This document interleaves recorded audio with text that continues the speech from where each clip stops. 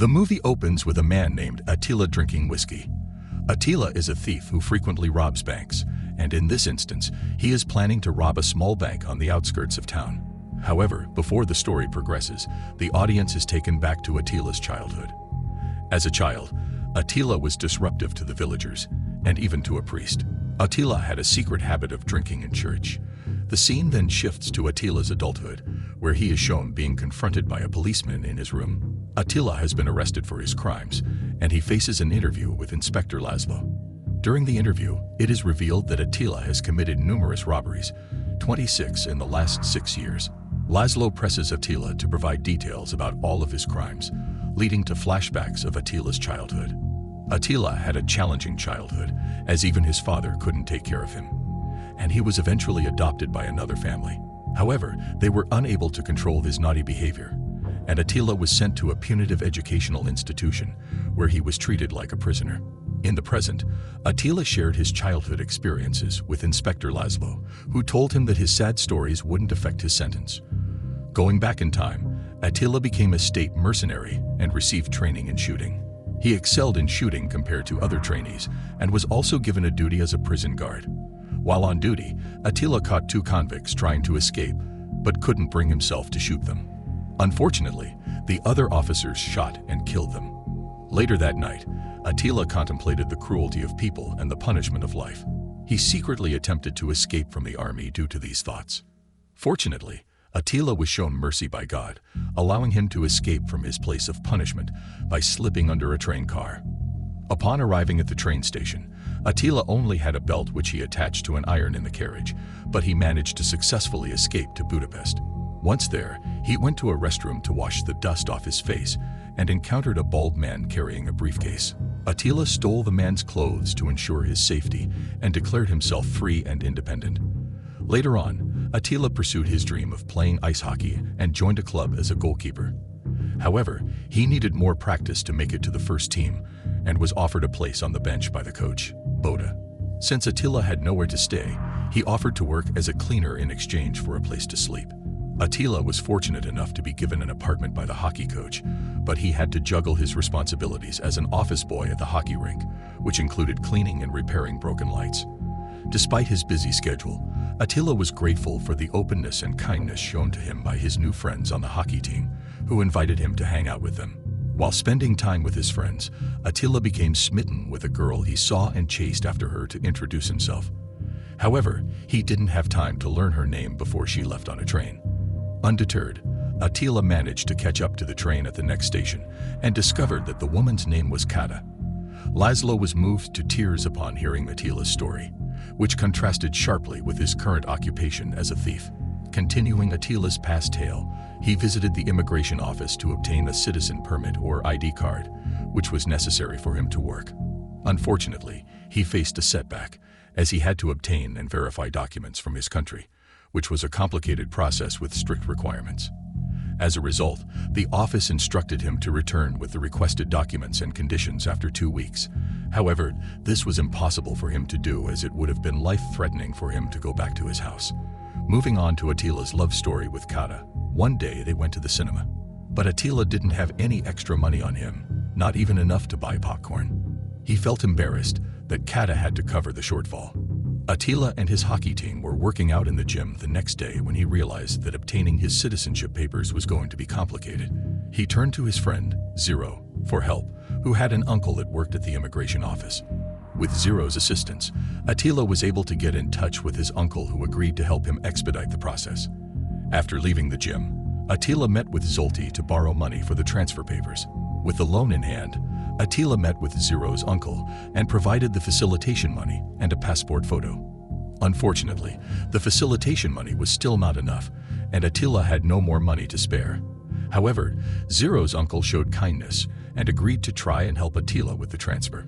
Later that day, Attila received news that a dictator in Europe had passed away, causing him to worry that the citizenship transfer would take longer to process. Attila's life became tedious as he was constantly worried about being deported due to the absence of an ID card. He tried reaching out to Zero's uncle for help, but to no avail. In a bid to find a solution, he summoned the courage to visit Zero's uncle's office. However, he was asked to leave as the facilitation money he had provided was insufficient, and the process would take longer than he anticipated. In the meantime, Attila's love story with Kata continued, but things took an awkward turn when he met her parents and could not provide satisfactory answers about his future and work prospects. This made him uncomfortable, and he left the meeting abruptly, much to Kata's disappointment. As Attila made his way home, he couldn't help but feel that his future was still uncertain. The film cuts to Attila sitting alone in his prison cell with a desolate expression on his face. Laszlo, his only confidant, enters the room and begins to interview him. The scene then flashes back to Attila's past, where he scouted out the post office with the intention of robbing it. In order to disguise himself, Attila purchases a wig and toy gun from a local market. He then drinks a bottle of whiskey to calm his nerves before dressing up as a young executive and heading to the post office. At first, the tellers are skeptical that Attila is actually robbing them, but he soon proves them wrong by locking them up and taking the money. Attila manages to escape with a large sum of money and takes off his clothes and shoes in a train tunnel to avoid being caught. Back at his home, Attila hides the stolen money in his oven. From there, Attila felt like he was on top of the world. He paid off his debts to Zolti and even bought himself a shiny new car. He knew he had to impress Kata's parents, so he told her that he had been working hard to make money. Kata was overjoyed to see Attila doing well. One day, after hockey practice, Attila was surprised by the sudden arrival of his friends. They suspected that Attila had robbed a bank, but Attila played it cool and told them he had sold bear skins to make his fortune. However, the stolen money didn't last forever. Attila started to think about robbing bigger targets. He hatched a plan to rob a post office using his trusty motorbike as a getaway vehicle. But when he arrived, he realized there was a security guard on duty. Attila panicked and fled the scene with the stolen money. As he was making his escape, he was hit by a car. Attila quickly got back on his bike, and a thrilling chase scene ensued between him and the security guard. But Attila managed to outsmart the guard by sliding into the river and escaping. From that moment on, Attila's robberies became more daring and frequent, and of course, he never forgot his trusty bottle of whiskey. The press started to call him the whiskey robber. Once, Attila surprised Kata with a trip around the world. As Laszlo listened to Attila's adventures, he couldn't help but wonder why people like Attila could travel freely while honest people like him were stuck in one place. However, Laszlo's thoughts were interrupted when Attila returned to training with his hockey team. At the next game, Attila met Boda's son, Giza, who played alongside him. Despite the police's efforts to tighten security around the bank, Attila managed to escape again in the next robbery. However, this time he was forced to climb to the roof of the bank building and ended up falling asleep there. Miraculously, Attila was able to escape in the morning. As Attila's reputation grew, he became known as the legendary Whiskey Bandit. News of his exploits spread, and soon a film and novel were made about the Whiskey Bandit. The next scene shows Giza smoking outside the training ground when he suddenly spots Attila approaching. Attila had recently been involved in a fight during a match, and Giza had helped him out as a teammate. Later that day, they talked about the incident while hanging out on the side of the road. During the conversation, Attila revealed to Giza that he was planning a bigger robbery and needed a partner to help him carry it out. Giza, who considered Attila a friend and idol of the lower classes, agreed to become his partner in crime. Together, they successfully robbed a large bank, with Giza assigned to guard the exit and a guard while Attila took the money from the safe.